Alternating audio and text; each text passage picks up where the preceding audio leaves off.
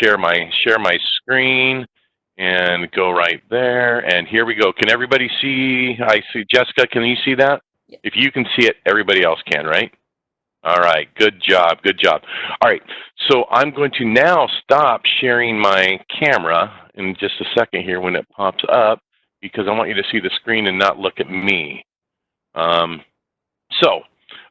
What we're talking about today is cybersecurity in the workplace, and really more about just protecting yourselves, because we're in unprecedented times, right? There's so many things going on with the COVID-19, and so many people having to do things they haven't been able to do this morning. And I'm Brett Chittum. I own Chittum Consulting, but I've partnered with Lawrence Technology Services, and Tom and I are really good friends, and we've worked together for quite some time on different projects, and I decided to partner with him more so with my consulting firm to help in building his business, which we've done quite well at over the last 6 months, and to learn more about what I didn't or don't know, right?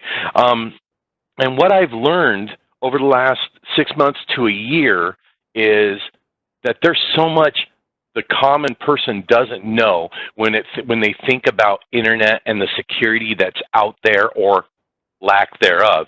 And so when I look at my whole aspect of gone in 60 seconds, your information can be gone in 60 seconds. And if you think about what goes on the internet, and this was just updated, so this is COVID-19 time, but it's not that different.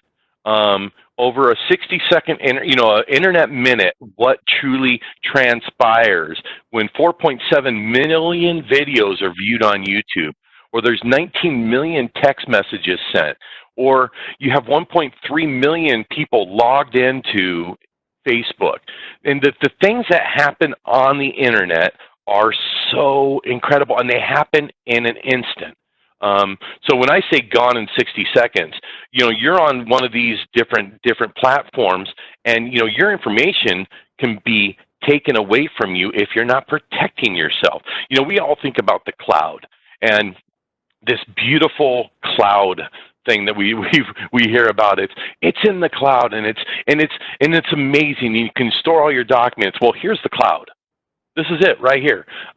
It's a bunch of data centers all across the world, having connected by wire. So even if you're wirelessly connected to your internet within your home or within your business, everything else is connected by wires some way, shape, or form. And they go into data centers like this, and that information is disseminated based on what you asked for and what your request was, or what website you were going to. And what's interesting is every place you go can open another point for someone to actually access your information. So when we think about the cloud as this cool place where we can put everything or where everything's stored, it's also a pretty dangerous place as well. When you think about the cloud, there's also this really cool website, and I think Al might understand and know this website, or have heard of this website, or some of you might, but it's called Shodan. And Shodan is a website that you can go, and if you look right here, you can see create a free account. And you can create this cool free account, and I went and did it. And then it's really a pretty website talking about see the big picture, get competitive advantages against the people you're trying to go up against. But what's really interesting about this website, and hackers use this website every day, they look for vulnerabilities within companies. And people ask, well, did they target a company, or did they target me, or how did they find my information and get me and do a ransomware on me? Or how did they lock up my system or put a virus or malware on my system? In most cases, they weren't searching for you. What they did was they did a search on something like Shodan, found that there were vulnerabilities in an open port somewhere, and they just exploited those vulnerabilities. And this is a free thing. I actually joined this for free, I ran a few reports. I'm not going to show you those reports because it was really eye-opening to see some of the vulnerabilities. And there's some of you guys out there I need to give a call to after this teleconference to let you know what those are. It's really interesting that you can just run a search and find vulnerabilities. We were working with a client that was trying to, have us redesign their network infrastructure. And Tom just ran a quick thing on there and found that they were open on 37 different ports where he could have gotten in. And he actually went in to show them how that worked. And it's a scary thing out there that this isn't the dark web. This is on the World Wide Web, not even in the dark web. Shodan, who can actually, you can go and find stuff. And I know some of you are probably Googling that now. It's just shodan.com. But if you want to go out there and play a little bit, as long as you're not a hacker and going to use it for malicious things, go have fun with it and just see what you can find out there. When we're out on the internet, we're giving, we have a digital identity and we have this digital persona, right? First, we're giving this identity of our IP address, our name, or just certain basic information about us. And then we create this persona of what our behaviors are out there. And so the hackers and these people are starting to look at those things, and they look at our digital footprint because we leave that behind. Everywhere we go, there's a footprint of where we've been. And what they like to do is take this data and they create a profile. Now, there's sometimes you can do this for good, and there's some people that do it for bad. And so what I'm hoping to do is help you at least get a basic understanding of what you can do to protect yourself. So I'm going to go over 10 cybersecurity best practices. And, this is stuff I've borrowed from, begged, borrowed, and pleaded from people, some of the stuff I've gotten from Tom Lawrence and some other IT professionals as well. But the first one is protect your data. When you think about your data and the things that are in it, in your daily life, you are avoiding sharing your Social Security number online, I'm sure. You're avoiding, giving out identifiable information. You don't share your driver's license online. You're not doing any of these things. And at work, you're not doing that as well. You're not sharing your passwords.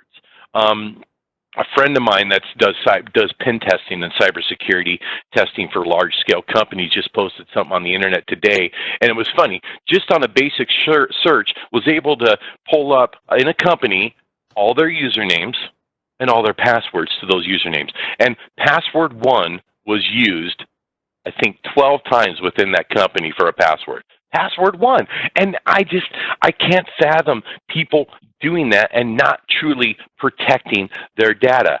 And what's funny though is, if you think about it, how many of you guys take a picture of yourself, do a selfie, and you've ever done it at work and forget that in the background is your computer monitor with maybe some customer's information?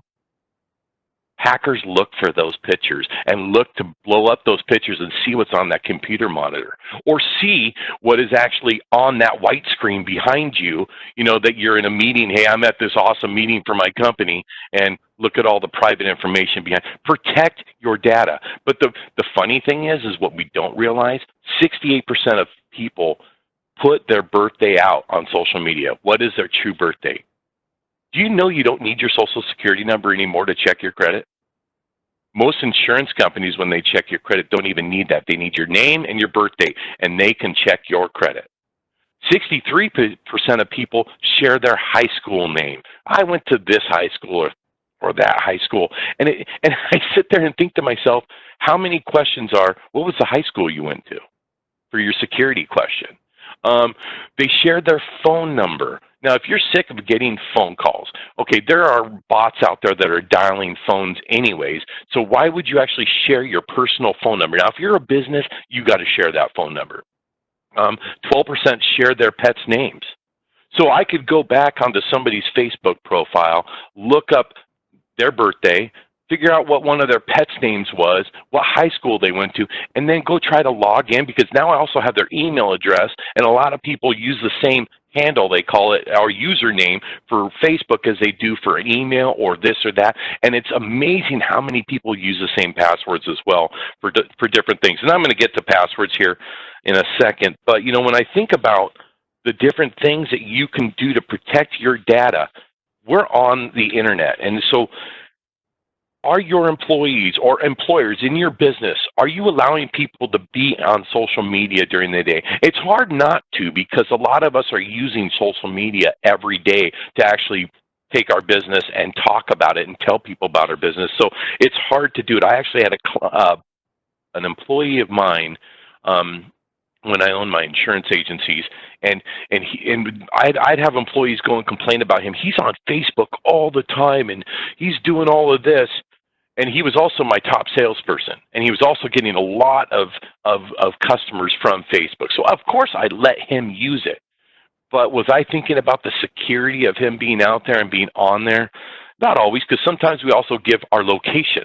Or we tell people, hey, we're out on vacation. Go to my house and steal my stuff, right? We need to be protecting our data and protecting our stuff. That's first and foremost. Second, avoiding pop-ups and those unknown emails and links. And this is interesting because phishing attacks are happening. I'm getting them on my personal emails all the time and on my business email. How many of you are getting emails that look something like, hey, you win, or a pop-up pops up that says you just won this, and you click on that and all of a sudden 1,000 more pop-ups happen? Or there might even be just a really innocent one that says it's never too late to start over. If you weren't happy with yesterday, try something different today. Don't stay stuck. Do better. Do you agree or disagree? And then someone clicks on that, because if you click on any one of those, it's going to load malware onto your system, or it's going to take you to another site, or it's going to infect your company, or your employees are going to click on this and infect your company. Now, we can do all these great things to enhance cybersecurity, but what it doesn't protect against is stupid. Now, I'm being blunt in that, because I hear this every day when I'm in Tom's office, where somebody got hacked or something happened and somebody got into somebody's email. But what we usually find out is that somebody clicked on something they shouldn't have, right? There's emails like this. Someone has your password. If you think about the things that you get every day, if you get an email and someone says, hey, your password's been, why don't you actually go to your account? Don't click on links in an email ever, if at all possible, unless you totally trust where it's coming from.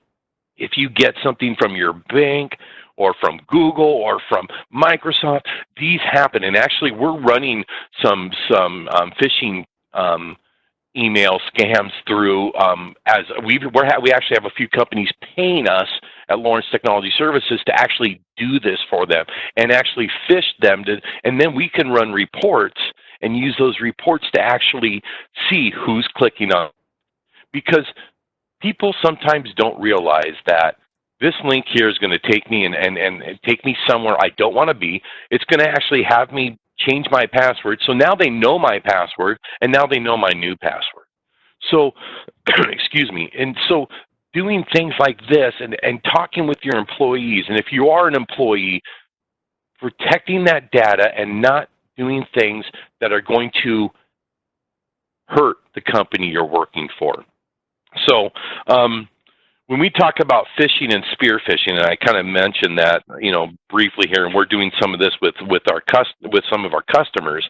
Phishing is just a broad attack. It's really trying to get a bunch of people out there, and they're hoping that one or two people click on a link, and now they have some personal information, and they can now go and start their attack within that business or within that person's personal computer, right? They can pull photos out. They can have access to your webcams, have access to your network at home and all your connected devices. And if you have cameras and alarm systems, it could wreak havoc, right? But there's also the spear phishing. So the difference is, it's more of a customized attack on a specific employee or a specific company. Now, I guarantee you that if you clicked on a link before and followed a link that you shouldn't have, guess what? You're on a list somewhere. And other people are going to start to do spear phishing, where it's a more direct attack on you. What you need to do is protect yourselves and your employees and offer them some training. We'll talk about that in a little bit as well, about protecting their data, protecting their passwords, and the next one is using strong passwords. And two-factor authentication, 2FA. For most of you, you've heard Tom talk about the protecting the digital you. Now, when you think about passwords, how many of you, and I'm asking this as a rhetorical question because you're all muted, but you all have passwords. How many of you use the same password on every site you go to? I'm going to be honest with you, I was one of those people. I thought my password was so strong and no one could break it. And so I used it on everything that I did, because then I only had to remember one password. Well, my credit card and my account got hacked.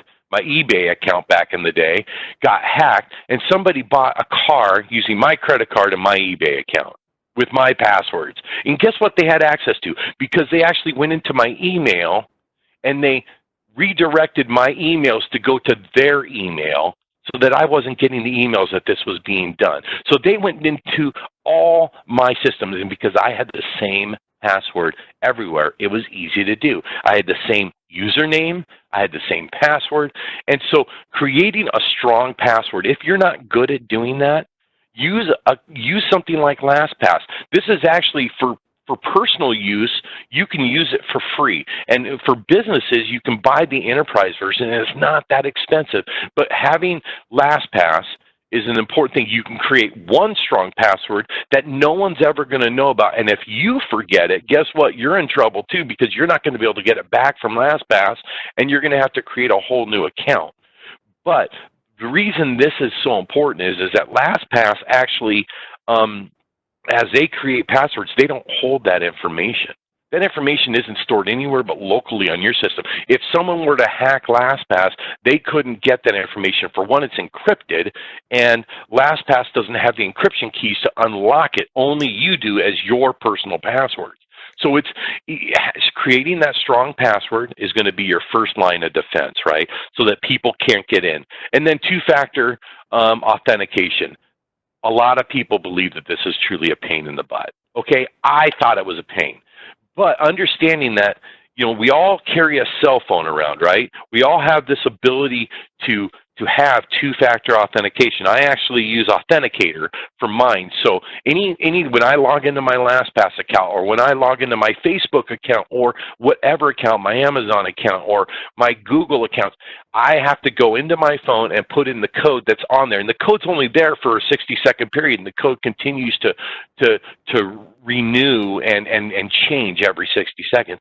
Because that way, if somebody does figure out your password, they try to get in and they still have to get that other code, which is going to be almost impossible unless they have your phone get that information. So having a strong password, using two-factor authentication is important. Now, number 4, when you think about connecting to a secure Wi-Fi, is your Wi-Fi secure? We've been working with a number of businesses, and actually we did a large business. I'm not going to name the name, out of Texas, but you guys are all aware of this business. And they build furniture that's pretty unique. And well, we did a full network infrastructure for them, and because their Wi-Fi was open to everybody, right? They had passwords, but the passwords were given out to everyone, and everyone knew. So although they were at work and using the Wi-Fi and they were thinking it was secure, is it truly secure? Are you doing things to make sure that your Wi-Fi isn't being used, or other people that shouldn't have it have the password? And that happens all the time, because you have vendors that come in, and you have people, temporary employees or ex-employees. There are so many companies that don't change passwords, and it's really interesting to think about how just by taking a 30-second time to changing a password could save your company thousands, hundreds of thousands of dollars.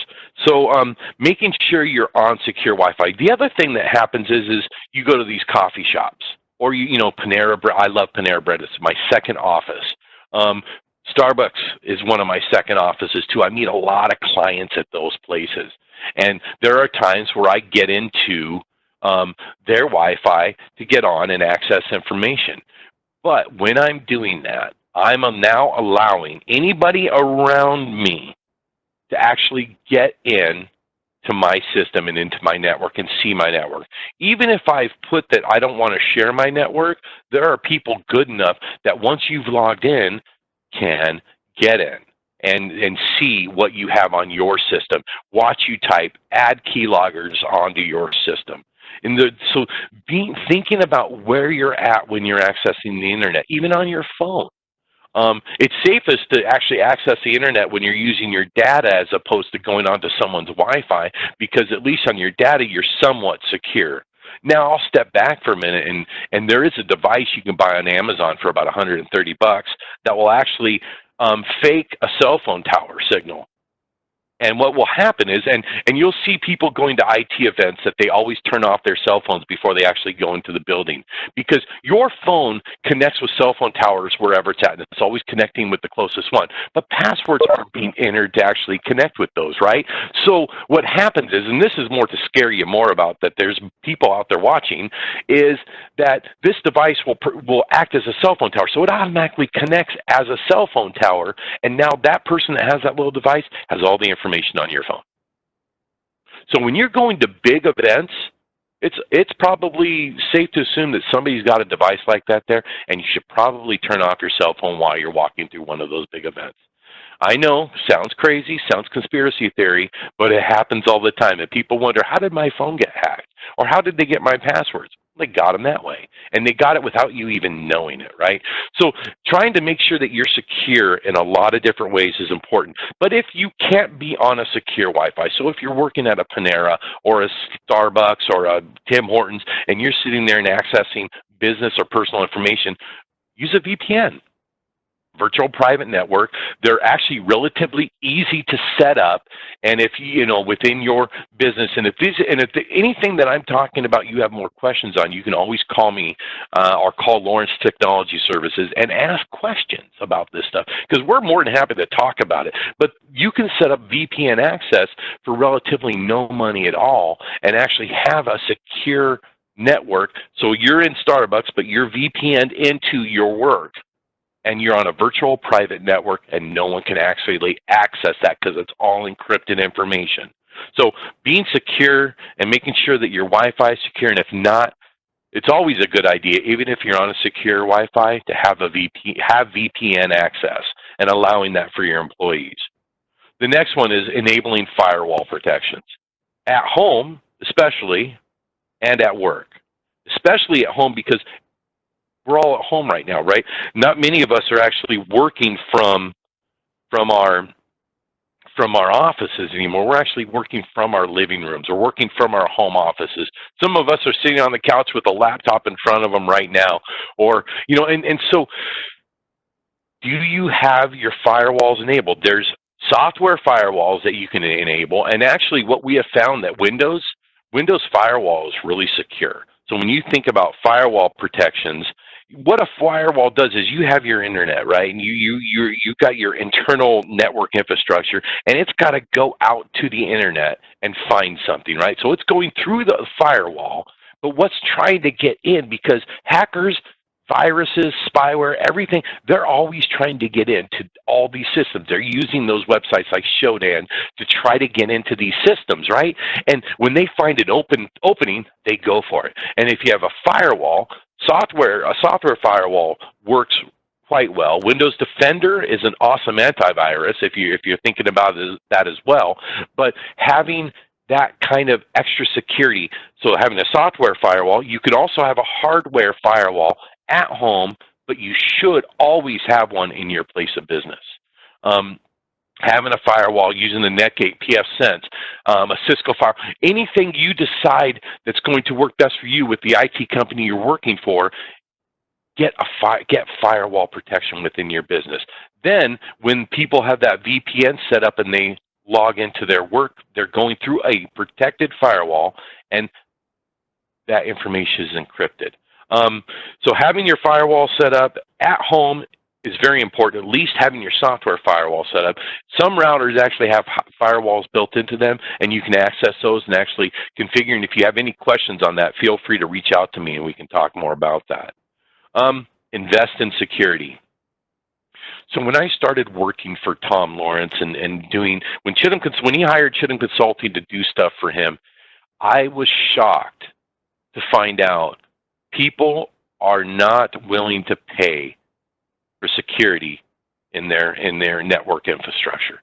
People will try to pay the lowest amount possible to get on the internet within their offices, and not understanding that you paying something up front, doing managed services, paying a monthly fee to an IT department, or hiring somebody that is your IT department, but investing in security over the long run can save you money.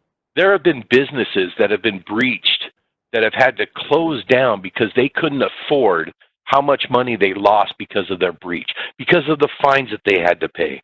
So understanding that investing in security is very important, whether it be your firewall settings, whether it's an antivirus protection, whether it's managed services, managed IT, co-managed IT services. Having an investment in your security is going to pay off in the long run. Now, what I'm talking about is all best efforts.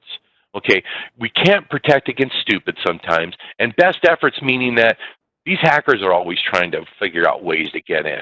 And at some point, they can get in, and they're good enough, and that's all they're doing 24/7.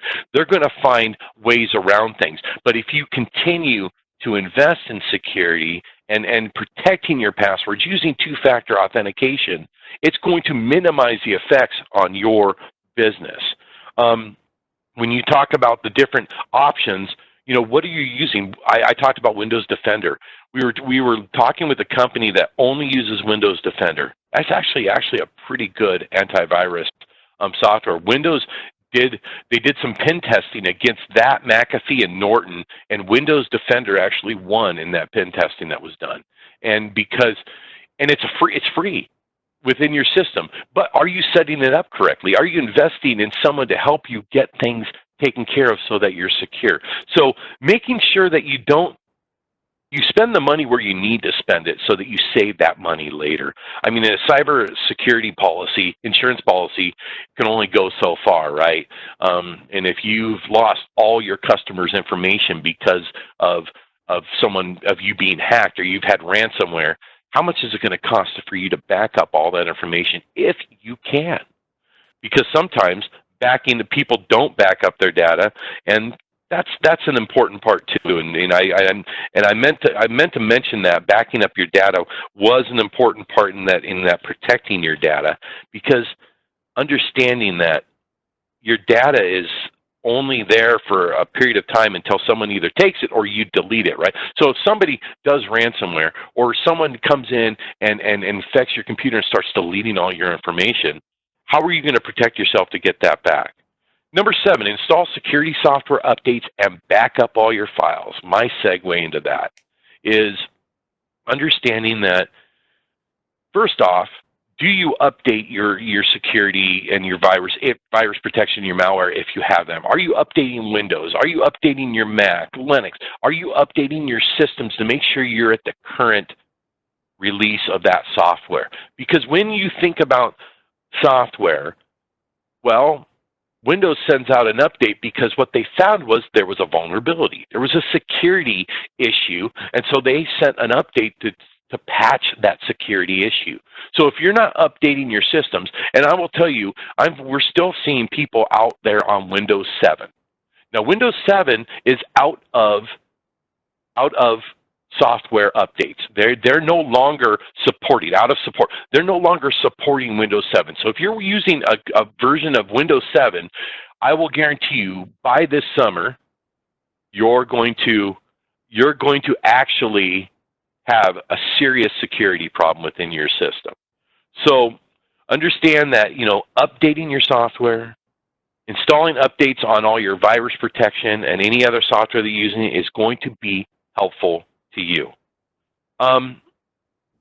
This one, when talking about backups, a lot of people use their OneDrive or Google Drive. And actually, I found that Google Drive is really secure. But if you're looking at truly backing up your systems and being in compliance, so if you're a company that has to follow a HIPAA compliance or Graham-Leach, and you have to actually protect your data from the outside world, you have to do it within compliance. We found that iDrive is probably one of the best things and cost-effective measures to actually backing up your data off-site so that when when something does happen, that they weren't able to get to that off-site location, whether a fire happens in your building or someone has actually broken in and taken your equipment or a hacker's gotten in via the internet. Having your data backed up in a place that's secure and that is going to meet compliance regulations is very, very important. Now, talk with your IT department or IT company. For some companies, you have an IT department. It's always important. So if you are ever, if you thought you had a phishing attack or someone sent you a bad, you got an email, have your IT department, or if you don't have an IT department, have a company that you work with or a company that you can use to call and have conversations with. And that's going to be important because those conversations can save your company a ton of money. It may cost you to have that conversation, but that conversation can help save your company money. When you think about your IT department or outsourcing or doing a little bit of both, at Lawrence Technology Services, we have companies that we work with that have an IT department, but we're taking care of some of their back-end security. And we're doing what kind of a co-managed IT service for them. And there are other companies that don't even have an IT department that we are their IT department. We're taking care of their co-managed service. We're taking care of their managed IT services. We're taking care of their network infrastructure. We're making sure they're completely, that they're safe using all best efforts. And staying with that. But understanding that you need to make sure that you're working with somebody, anybody that can help you. And it's not your cousin Bob or sorry, Bob, didn't mean to bring you up, but your cousin Earl or your Uncle Ray. It's somebody that's a true IT professional that's going to be able to work with you and actually take care of your business. Don't lack the investment in your security. And then employ third-party controls. All right, so I'm an independent contractor for a lot of my clients I work with. And a lot of the clients that I work with allow me access to their systems. Whether good, bad, or indifferent, they allow access. Like Tom, I have access to Tom's system. What's he doing, or what are you doing when you bring in independent contractors or temporary employees or your employees? What are you doing to have third-party controls? Are you, because there are programs out there, and there are things, Microsoft, Azure AD, you could actually give people access to certain things within your system, like your finance department. Does your finance department need to have access to your sales department stuff? And vice versa, does your sales department need to have access to your finance department stuff? You need to employ third-party controls so that people that only have access to certain things. So like with Tom's office, I only have access to the sales stuff. So when it comes to building his business and stuff, I don't have access to his Screen Connect and his RMM system or anything like that so that I can see other people's stuff. I only have access to the sales side of things so that if I'm gone and once I'm gone, he can just shut that down and know that I'm not behind scenes looking at other things within his business. And are you doing that? There are programs you can set up, and if you need help with that, give us a call. Give the person you're working with in your IT department, or if you work with a company, give them a call and set these things up. Third-party access controls are very important. And then finally, and hopefully we'll get to some questions after this, and you can unmute and bounce some questions off, is embrace any education and all training. So many times we forget that, our employees do need to be trained on some things like this. And like I said, we're working with a number of companies right now that actually have had some issues. And so what we're doing is we're doing phishing emails within their systems, and we actually have a third party we partner with that we can actually do this with, and we're doing some other pen testing with them as well to check their security controls and to make sure, because we had one company just recently that called us up because they weren't using us and they got ransomware. And they had to go back to backing up their data, and the IT company they were working with said, oh, well, you should have had malware bytes on your system. Wait a minute, why didn't the IT company they were working with actually talk with them about that and say, hey, by the way, before anything happens, you should have this? And we were actually able to get in there, set them up on the programs we use, and help to protect them, and then work on their backup. Thank goodness they had a good backup, and they were using iDrive because they were able to back up their system, clear out the ransomware, and we were able to get that cleared out and actually back up their system. Their other IT company wouldn't even do that for them, which was crazy. So there's certain things that you need to be able to make sure you're not going cheap on your cybersecurity and the training of your employees and yourself. If there's something you don't know, call somebody and ask. If there's a training you can take it. But it's important that you do these things to actually keep your employees and your businesses safe. So any questions at all? I'm going to turn on my camera so you guys can see me again. And anybody want to unmute and ask any questions? Brett, if you don't mind, I've got I've made a few notes. I've got a few things that I want to talk about to kind of reinforce some of the things that you were mentioning. Okay. First of all, I mean, great presentation, by the way, and it's apparent that you are quite rehearsed in doing presentations here. Back up for a moment and let me talk about password security. When we look at security, there's a couple of ways that we look at it. First of all, we like to use the term multi-factor authentication rather than two-factor authentication, because multi-factor authentication really comes down to three basics. A password is something you know. A token, or like I've got a token here. This is a token given to me by a company that. Actually, this is JP Morgan. So the little numbers on here, and this thing is old. This goes back, 10 years ago when you'd have to physically enter in this number. It's kind of similar to your authentication app that you were talking about. That's something that you have, and nowadays a lot of that security is on your phone. And then the third kind of level of security is biometrics, and like my phone, I put my fingerprint on the back, and immediately it opens up. That's the something that you are. So when we talk about security, it's really a threefold way of looking at multi-factor authentication. Something you know, typically your password. Something you have, either a token or your phone, and this is critical. That's why you were saying the phone becomes an extra piece of that second factor very often. And also something that you are. That's what gets into the biometrics. And so nowadays it's either a fingerprint fingerprint sensor on your phone, either in the back of your phone, like mine, or in the front of your phone, or now with the Apple 10, I think, and Apple 11, or the iPhone 10, iPhone 11, you've got the picture authentication. That's the something that you are.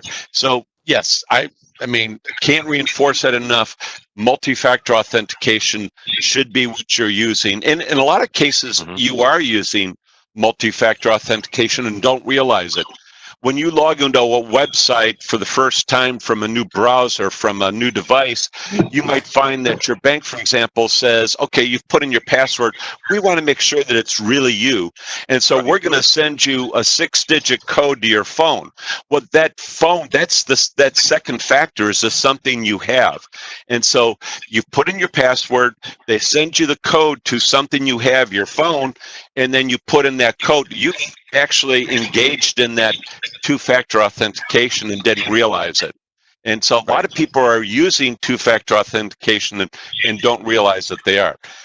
And so, yeah, that's really multi-factor. I mean, in our case, we've got, when we deal with one of our customers. Wow. I'm sorry? we actually have to use our biometrics to open our phone and then be able to, because my phone's always locked. In fact, it goes out constantly. But you never want to leave your phone unlocked. So mine goes out very quickly, and all I have to do is put my finger back on that biometric, the something you are, to get back into it. And so honestly, a lot of times you can use 3-factor authentication, because the something you are, the biometrics, the something you have, your phone, and then your password. The other thing is that you were talking about LastPass. We happen to use something called Bitwarden. Yep, Bitwarden's another one too. Yes, I mean, the key is use a password manager. I have to say, years ago, I was guilty of having, I had a handful of passwords that I used. So I had one password that I used for, my financial institutions, and then other passwords that I used. And the things I didn't care about, I used a common password that I'd been using for 10 years or something. That was crazy. Nowadays, everything's in a password manager, and those passwords are random, because you've used the password manager to generate that random password. The key to a password manager is it needs to be a multi-platform password manager, which means it's something that's on your computer and your browser, on your Chromebook or your laptop, but you also need that same password manager on your phone or your tablet. So whether it's LastPass or Bitwarden or whatever it is, your password manager needs to be a multi-platform, which means it operates on all of your devices, not just your computer. So strongly encourage people that you got to look into. You should be using a password manager. What it means is you need to remember at least one password, because you got to get into your password manager. But now you're down to one password instead of trying to remember hundreds, if not thousands, of passwords. And let the password manager, each different locations, each website's unique password. And don't think that. Go ahead. No. You go ahead. Finish up. I was just going to say, don't think that the way I used to think, which was, it's relatively unimportant that particular website, I'll just use a low quality password. No. There's, as Brett alluded to, the more that people can find out about you, all these little puzzle pieces, when they come together, create a full picture of you, and that's how you get hacked. Right.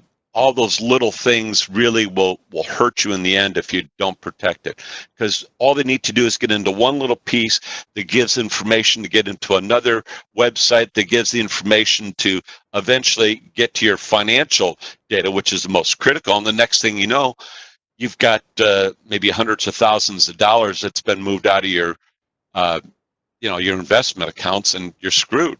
And you had no idea it was going on, because they're good. Some of those hackers are some of the best investigators in the world, and these people, they're profilers. They learn this stuff, and they do it 24/7. And they're not just going after, they're not going after you or me personally, right, Al? They're finding vulnerabilities on the internet and attacking those vulnerabilities, and that's how they're finding it. When you talk about, a company getting hacked, they may not even have been looking for that company, but they found that company and said, "Oh, good, here's an easy one." Yeah, it's all of the things you were talking about. They all work together, and people really need to pay attention to that. But first and foremost, you need to clean up your. One of the things that I like about Bitwarden, and I don't use LastPass, so I can't speak to it. There's actually a report in there that'll tell you how many websites are using the same password, and so take advantage of those reports and say, "Oh gosh, I got some cleanup to do because I've got 24 websites that are using the same password." And do it in a be careful in a very planned way. First thing you want to do is make sure your financial websites, your banks, your investments, if you're logging into Social Security, all of, think about the things that need to be the most secure and make sure you take care of those, and then work your way down to the other sites that really don't have any kind of credit card information or anything else that you have to worry about, but you want to work through them. The other thing too that those websites, or excuse me, those kind of security vaults or password vaults, as they're sometimes referred to generically, they can also help you secure other information. Right. Yes, they can. So do pay attention to those. There's a lot of features and a lot of capabilities out there. The other thing that I thought was good was people being extremely careful about what they click. If you're not doing this right now, I mean, one of the things that I've kind of trained myself on over the years is I never ever click on any link unless I hover over it and can see the URL, the address of where it's going. If I don't recognize that address, I am not going to click. And and they will create an address that looks so similar, and then two letters are just interchanged. They're good at that stuff, Al. They really are. They are, and you have to be so extremely careful. So it's like, stay away from clickbait. The kind of pops-ups you were talking. I get things from friends on Facebook. Oh, here's a video or whatever. No, I'm not going there. I'm sorry. I can't trust it. It's not you. No offense here. And then, or the chain letter kind of stuff. Oh, this is great. You need to send this to 20 of your friends. Don't keep it going. No, it's just like the old chain letters. Stay away from that stuff. It's worse because they can actually grab your information when you do click and change, and when you they copy and paste this. You know what you just did? Yeah, you've got to be careful because you could be there's a URL that's embedded in what you've just copied, and that URL is in fact that address that's taking you to a site that's got some malware. So right. All of that once you copy, you put it onto your internal clipboard. Yes, and people don't realize that. Yeah, and which is a whole different another topic. Yes. A couple of things. A few other notes. You mentioned iDrive. We were actually using iDrive at one time. We switched over to Backblaze. iDrive was fine. We just found Backblaze to be to offer similar kinds of features and we thought a better price, a better value. In both cases, iDrive, Backblaze, what they do is they are actively backing up your files as you create them. So, you don't say, you're not running a backup once overnight kind of a thing. These files are actually being backed up dynamically while you're working. So I would strongly advise that everyone, whether you've just got your own home computer or if you've got a large business, you need to be using something to back up your files.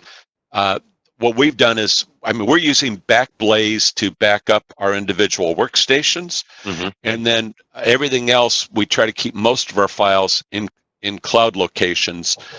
We're using, for example, Microsoft Office 365. That with gives their us OneDrive. Access. With OneDrive, but not only OneDrive, we also have then the SharePoint.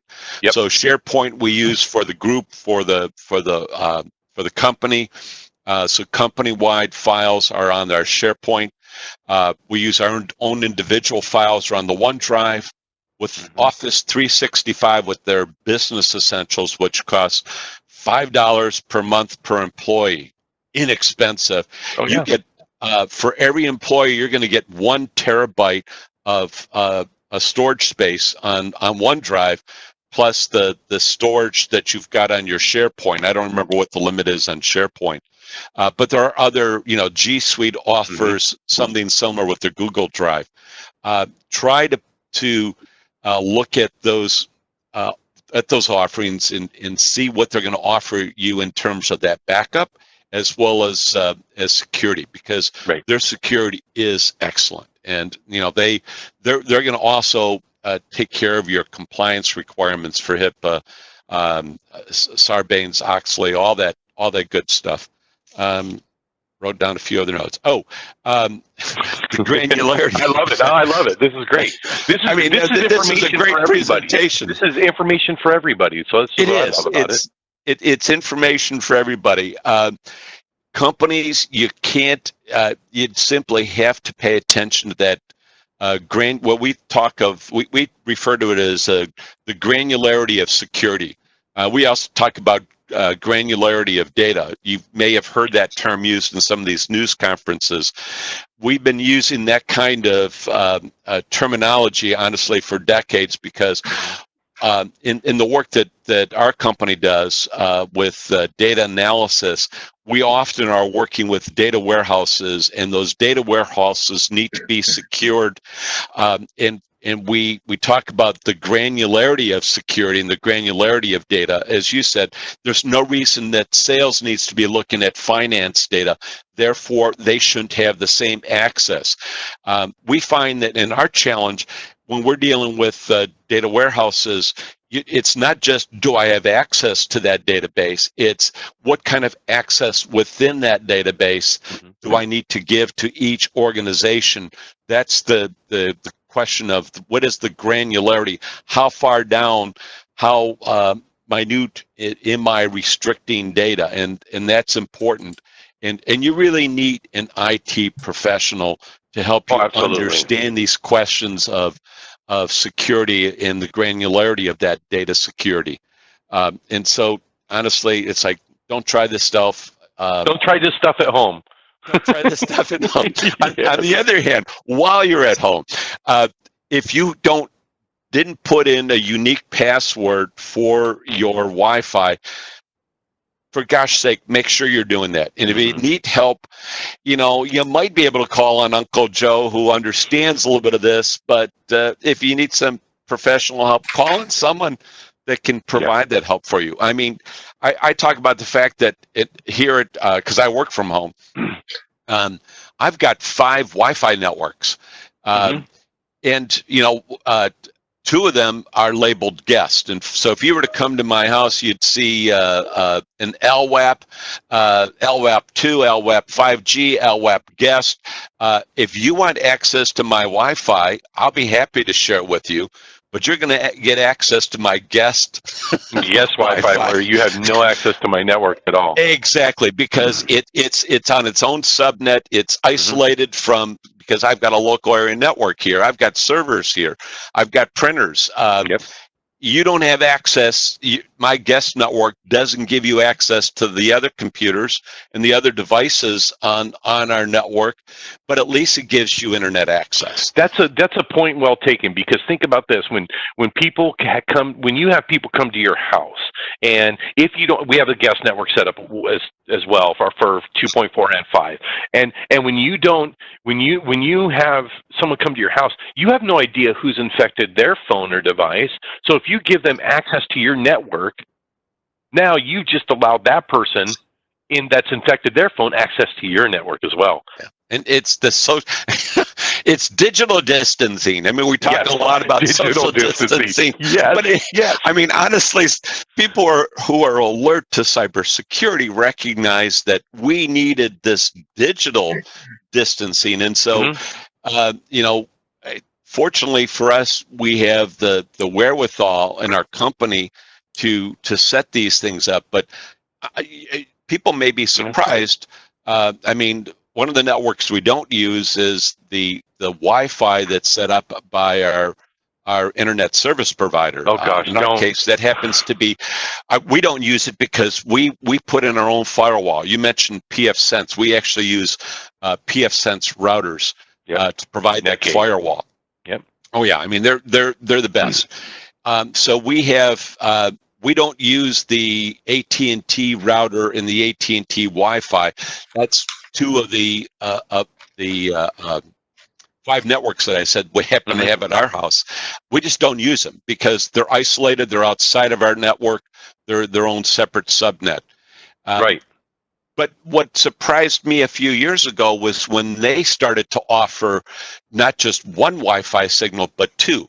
So, the service providers, your internet service providers, are now often giving you a guest Wi-Fi in addition to your own secure Wi-Fi, so that when people come, you set up that guest network with a separate password than your own internal network that you use at home. So some of these capabilities are often built in, and you may not realize it. If you're running your business from your home, then you better take the time and the investment and learn it and learn this. Learn it. And if you can't learn it, or if it's just something you don't want to deal with, like you said, you've got to make the investment. Hire someone to come in and set that stuff up for you. Make sure that they're securing you and your business. I mean, relatively inexpensive to have that done. It is. It really isn't that much. And once you get these things set up, it's easy to manage. I mean, I used to work in the what we used to call disaster recovery, later business continuity planning and stuff.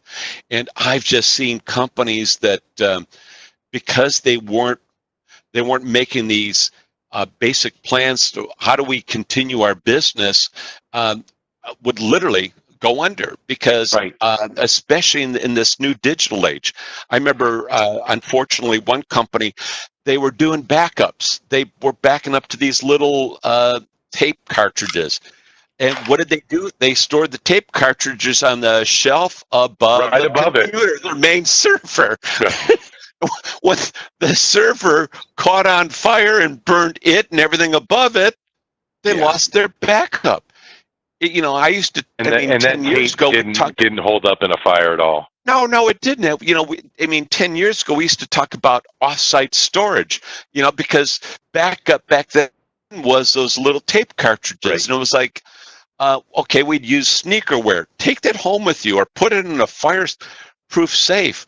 Nowadays, what we have is with the cloud is you're backing up your data. I mean, even our server that we still have, all of that data is backed up to a secure server on the cloud. And but if you're logged in and you're putting your data on a cloud server, I guarantee you those servers, the OneDrives, the Google Drives, that data is being backed up to other servers that are literally geographically scattered, so that if a tornado or God forbid a bomb destroys one data center, that data is not lost. Exactly. It's backed up, and it's backed up, I mean, in real time. So this is why, in many ways, cloud services and cloud storage is often more secure than having your own servers. Right. No, and totally agree. No, well, I was going to say, the time, we've kind of gone over time here a little bit, so that's all right. I think Mark had a question. Mark? Yes, I got a quick question. Talking about LastPass and Bitwarden, you only have to remember one password, but for some of those accounts you have, they do require you to either update it every 3 months or every 6 months. We got to put that password in to get a new password. So if you only got to remember one password to get in, how do you handle having to change out that other password for a bank or for something else? It'll do it for you, actually. It'll actually, when the bank prompts you to change your password and you then change your password, either Bitwarden or LastPass will both, once you change that password, recognize it and then update it within your LastPass or Bitwarden system. Yeah, even those of you who are using, if you're using Chrome as your browser, you may be aware it even does it there. That it has a password manager. I was using Chrome's password manager before we switched to Bitwarden a few years ago. When you're changing your passwords, it's going to recognize that, and it'll typically ask you to save it. If you're using Bitwarden or LastPass, whatever, to generate your new password, and you should, because you want that randomly generated password, it's going to, as a part of that generating the new password, it's going to automatically update that new password. It's incredible. It's incredible. You can you can actually, so LastPass, let's say you want to go through, this is what I like, and the reason I switched to it was you want to go and change all your passwords. You just hit click in LastPass, and it'll go through and change all your passwords as well. So it's not going to require you, it doesn't require you to go back and put those passwords in. It does it for you automatically. No. It does it for you automatically. It does that for you, but you need to make sure that you, I mean, once you install these password managers, you want to make sure that you understand how to use it. And you have to be careful. If you're not training people on, I mean, this goes back to Brett's point and why I think you ended with it, Brett, I suspect, is it's all comes back to training. Is you've got to make sure that people understand, you know, how do I look and hover over a link to make sure that that's a legitimate link before I click on it, or better yet, anything that requires security, don't use a link to get there. Go into your website through the bookmarks that you've already saved. But, you know, same thing with a password manager. If you're going to create a password manager, you're going to have to train people on it. You're going to have to take the time to make sure they understand why you're using this, why it's important to make sure you're randomly generating your passwords, because a password manager is still no good if you're using the same password for 25 different sites. You still have that problem that you've spread out passwords, and if one site gets compromised, what these hackers do is they assume that people reuse passwords, and they'll try that password on the 24 other websites that you might have out there that's using the same password. Yeah, and here real quick, a comment came through that I just wanted to touch on because this is interesting. Your staff is your weakest link. Never pick up a thumb drive you don't know what it is, even if it's labeled something like payroll. You know, a USB drive or a thumb drive, we've done this when we've pen tested companies. We leave a thumb drive in the middle of a thing, and they go and plug that in, and now I have access to that computer because of the program I loaded, because once you load that in there, it instantly puts a program onto your computer, so now I have access. So that's just another aspect. But I know, anybody else have a question on this right now? Looks like Kara does. I do. Or Melanie. I know we talked about phishing emails, but I've been getting phishing text messages. And here I actually pulled one up to kind of show you. You know, they'll just say that I know better than to click on the link, but sometimes they'll say things this way. Sometimes there'll be videos. Sometimes it might be like, check out this great opportunity. This one says, our files show you may have some assets belonging to you. How much belongs? And it looks like an Amazon link, but again, they changed like to the letters. Right. How do we protect ourselves from things like this?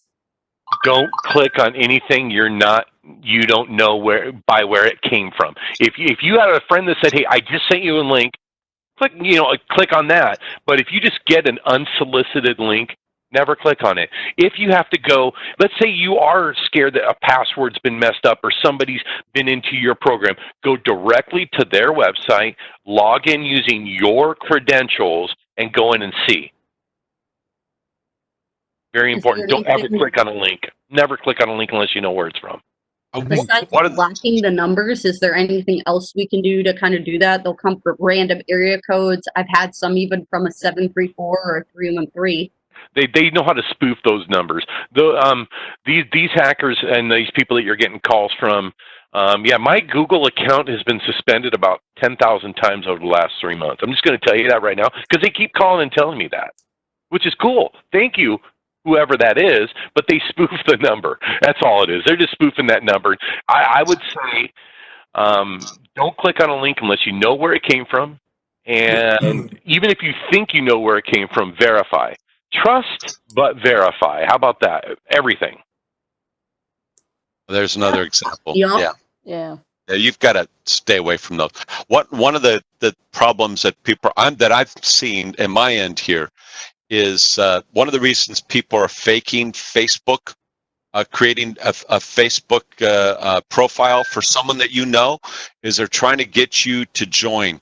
If you get any kind of a link or a video or whatever from a group Facebook message, stay away from it because this is another way they're getting in, is that they've faked someone and they've created a group message within Facebook, and now you've got a message that's gone out, or a video or a link like you've shown. And I get all those. I get those all the time. you know, it might be 10 people in the group, and you know, and you believe that you know all 10 people, and it turns out one of them is really a fake, and they're the ones that are putting in this bogus link because they're trying to lure you in. They're trying to fish. Stay away Right. from them.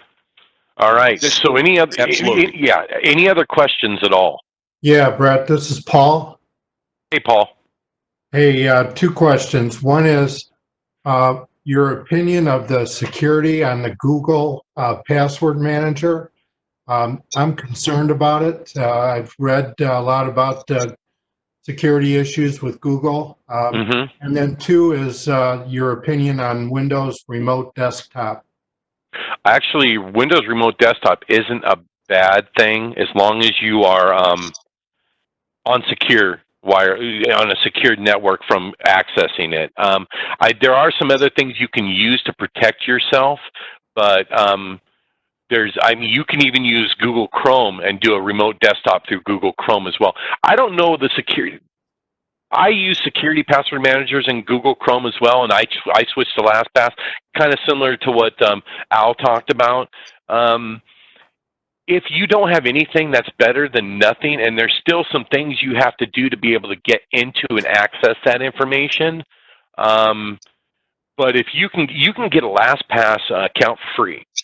Yeah. I've got LastPass. Yeah. Actually, LastPass and Google Chrome are working on Chrome. And, you know, both of them pop up. They do a great job of changing when you change your passwords or recognizing a new one. But you only need one. You only need one, because what you'll find will happen is that you'll start to get crossed into it. I would use one or the other.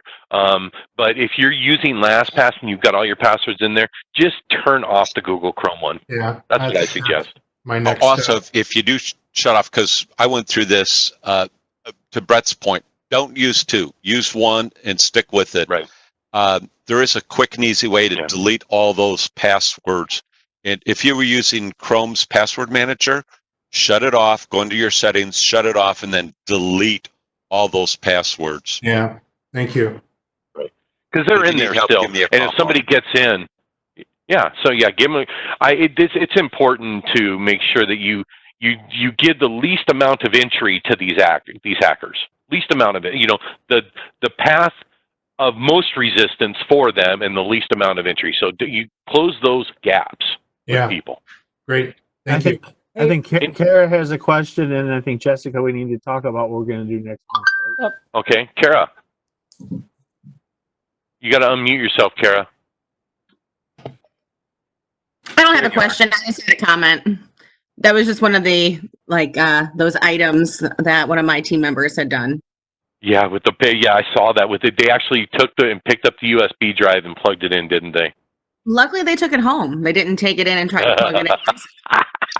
Yeah, that happens more times than you think, because USB drives are cheap, and you can buy them for a couple bucks, load on your little Trojan horse, and throw it on the ground somewhere, and someone's going to pick it up and plug it in, and boom, you get a notification that somebody did. You hit enter, and you're into their system. Well, even worse, I think a lot of companies like to use USB drives as like tchotchkes. So you're putting your logo on the USB. So now when that, intelligent person picks it up and goes, oh, it says payroll and it has my logo right on it.